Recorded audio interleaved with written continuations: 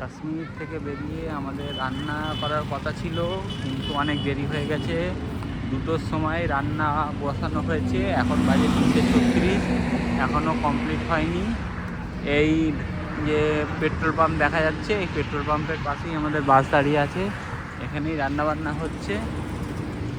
আর চলো, তো এই যে পাশে দেখতে পাচ্ছ, ওটা হচ্ছে আমাদের মানে আখের যে গুড় হয়, ওই গুড়ের প্ল্যান্ট। ওখানে গুড় হচ্ছে, ওই দেখো সামনে অনেক আখ রয়েছে। আর ওইদিকে গুড় বিক্রি হচ্ছে 70 টাকা কিলো। আর এখানে আমাদের রান্না হচ্ছে। আমাদের কাকা, একটা হাই বলে দাও কাকা। হাই বলো, হাই। I love you. আখ ও গুড় তৈরির মেশিন।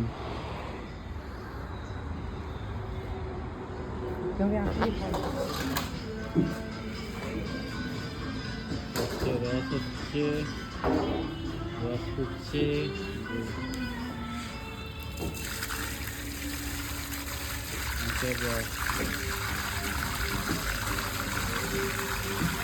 এইগুলোই দেখো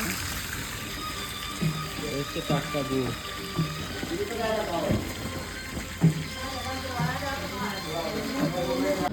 এখানে গুড় প্যাকেট হয়ে যাচ্ছে, গুড় বানছে, তৈরি হচ্ছে ওখানে গুড়, আর সেইখানে গুড়।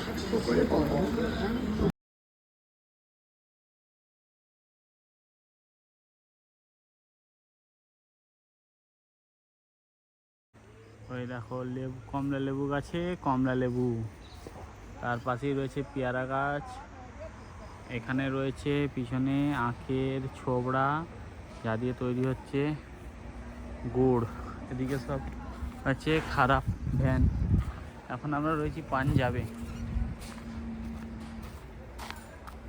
আমাদের গ্রুপে নাইজেরিয়ান থেকে লোক নিয়ে এসেছি আমরা, এর নাম মিস্টার কালাচান। দেখো নাইজেরিয়ান লোকের থালা, সবার থালা একরকম ভারতীয়দের, কিন্তু নাইজেরিয়ানের থালা আলাদা। হাই বলে দাও। আমাদের বনভোজন হচ্ছে, এই প্রাকৃতিক দৃশ্য দেখো, পিকনিক, কিন্তু পিকনিকের মেনু খুবই খারাপ। 13,000 টাকা ভাড়া দিয়েও রুম থেকে পড়ছে পানি, আর একটা রুমের প্যাসেঞ্জার হচ্ছে এতগুলো। সব নিচে ওপরে করে শুতে হবে। এখন যা পরিস্থিতি দেখা যাচ্ছে, জায়গা কম পড়লে পালঙের তলাতেও যেতে হতে পারে 2-1 জনকে। হ্যাঁ, এখন বিকেলের সময় আমরা রয়েছি দিল্লি জামা মসজিদের 1 নম্বর গেটে।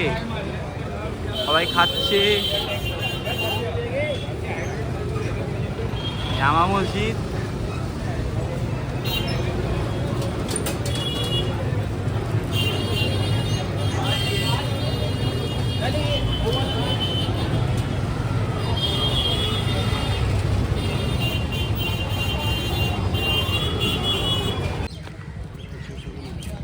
এখন যাব লাল কেল্লা।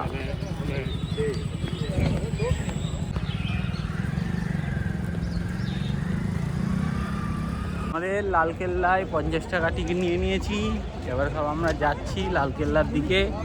এখন বাজে 4:35, আর মাত্র 25 মিনিট বাকি আছে। 25 মিনিটের জন্য আমরা 50 টাকা খরচ করলাম।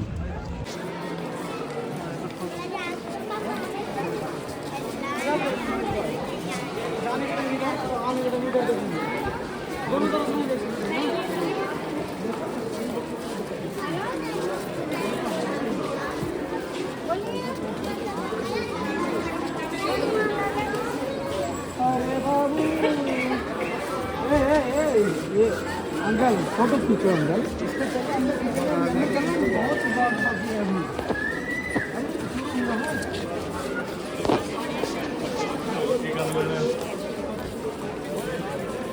এটা দেখ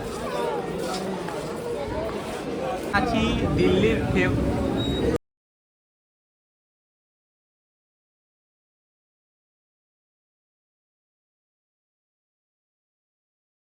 ইন্ডিয়া গেটের সামনে ভেলপুরি দিচ্ছে।